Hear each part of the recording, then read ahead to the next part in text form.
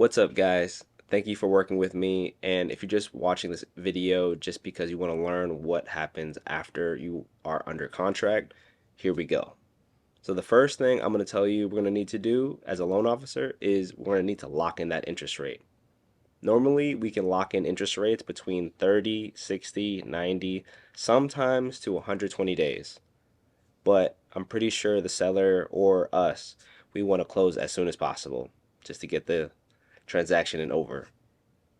So rates do change day to day, just so you know. Depending on the volatility of the market, it could change intraday, meaning like throughout the day. I'll probably give you a couple options, maybe one or two, maybe with points or without points, and see what's best in for your case.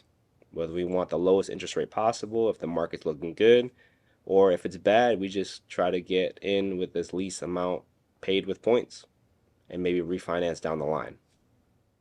Okay, second, we're going to need a copy of your EMD. So your earnest money deposit, you're going to be sending that to the title company.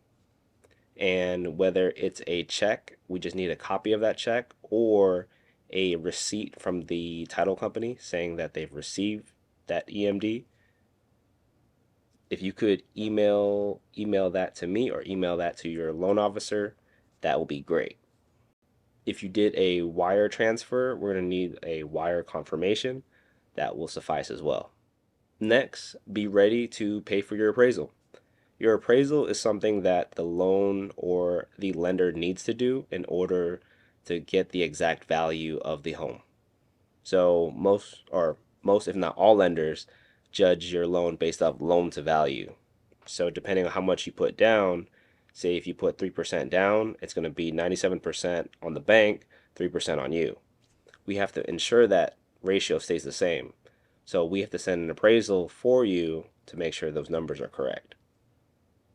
Generally, I would say expect to pay at least $600-700, depending on the size of the home. The size of the home, if it's bigger than the average home, it might be more expensive. So keep that in mind. If you are contingent on a home inspection, that's based on you and your realtor, you will have to pay for that out of pocket as well.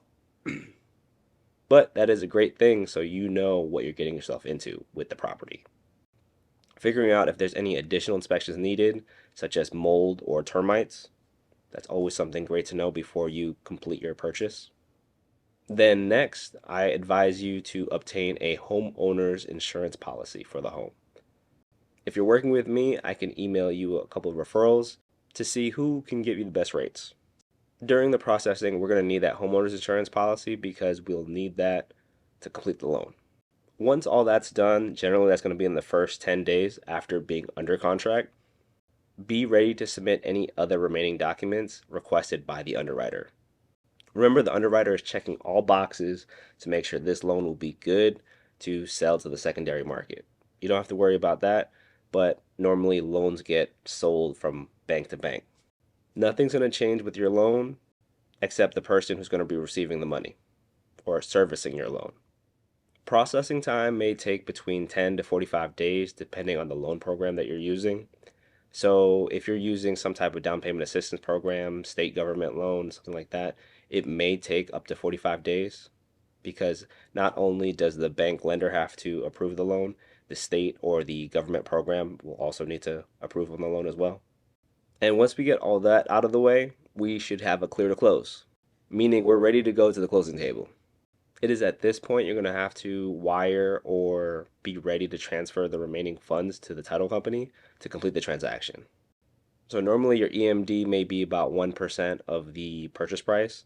So the remaining down payment, closing costs, that other stuff will need to be wired to the title company.